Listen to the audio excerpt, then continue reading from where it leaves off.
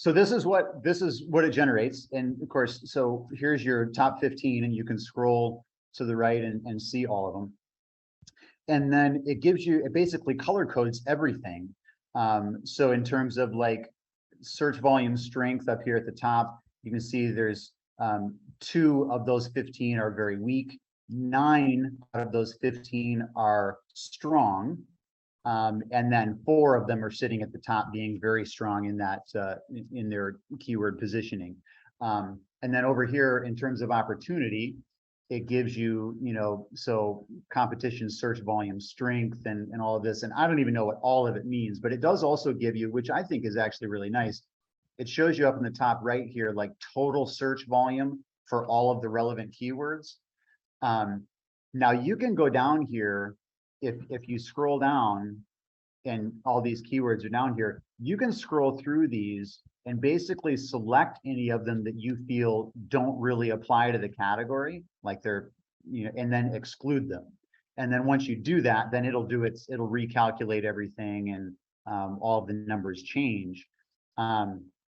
But it gives you the amount of, like, just looking at it, I'm like, oh, holy crap, it'll take me a year to figure out everything that I've got access to here, but it's giving you, of course, the Cerebro, the 8-day giveaway stuff. It also gives, and I actually found that it seems pretty accurate. Like, it gives a relevancy score to each of the keywords. I was actually pretty impressed with the score because I know I did some reports on our own keyword niches where I already know we are and I understand that market. And I thought the relevancy scores really seemed pretty reasonable.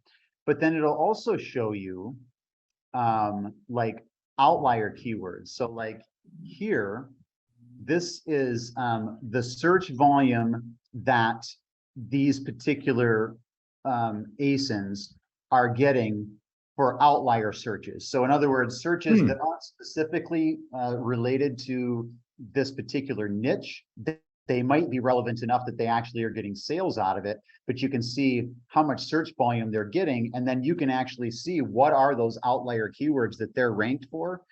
And so like this one's getting 900,000 views on these outlier keywords. So you could potentially look for those keywords in the, in their stats here and see, are there any of them you might be interested in? Like, for instance, and this is going to sound really stupid, like pool stuff. Like, it never occurred to me to potentially optimize for or advertise for pool stuff. It just didn't occur to me. And it turns out that's actually a decent keyword. And the nice thing about it is that it's most of the time somebody who's searching for pool stuff is a brand new pool owner who has no idea what the actual keywords are for the things that they might need. So they just do the search. Well, if we show up there with super terrific, reviews, and none of our competitors are showing up for that keyword, I would think that we've got a pretty decent chance of making the sale if we can actually get them to our listing. We'll know, over time. I haven't tested it for very long, but that kind of thing, that showed up in the outlier search keywords. And I was like, oh crap, I can't believe we're not optimizing for that. But then over here on the left, then you've got this whole, like, you've got a listing builder, and it'll tell you, like, literally, and I haven't even clicked on any of these, but I know from some of the trainings that I looked at, like, it basically will tell you, like, how you should set up your PPC campaigns. Can you create campaigns from here? I believe you can. Like, I believe it will basically, what it will do is it'll create one of those uploads, and you just, you use the upload, and it's all created for you. It's done. That's fascinating. So you can, with the click of a button, do your keyword research, do all the manipulation that you need to do, click a button, and it'll create your campaign, your initial launch campaigns. The entire campaign structure for everything, exact phrase, broad, all of it.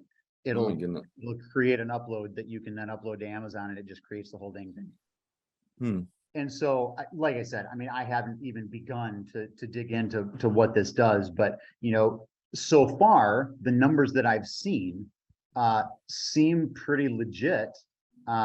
So that's like, yeah, outlier keywords. So if I click on outlier keywords, then it brings up the list, and so you can see specifically down here, like, so you can see where they are. So like they're number one for small waffle maker, for waffle maker shapes, for mini dash, you know, it's like they're ranking for these keywords, which it believes are, Heart-shaped waffle maker. yeah, you know, like, I mean, things Yep. that you might not really even think to try and rank for, you know, so, I mean, I thought this alone was actually a pretty unique feature that could end up being really useful. Now, Especially on a can you quant. have more than one brand in here? Like, is this brand specific in the sense of like, hey, if you wanted to build out campaigns for, you know, if you had multiple brands, can you do that? It in was here it without was having just going to multiple let him brands? do that for waffle maker just now. Yeah, yeah, you Okay. can do it for as many as you Cool. want. I don't believe there's any limit to that, and you can create. And actually, what it did, let me see if I can see it, because the one day, what did I do? I came in here fresh, like I just came into Data Dive. Oh yeah, so right here. So here's all your research, you know, and you could probably give it, you could probably even rename it with a brand or if you wanted, but these are all the niches that I've searched so far, and it'll just keep a record of them. You can delete them if you want, but they just stay here in your pipeline, and you can do with them whatever you want. And then once you've got those keywords, then I imagine that you can pull whatever that niche name is into your listing builder and into your, you know, your PPC keyword and your PPC It would seem so, campaign. yes. I Okay. expect yes.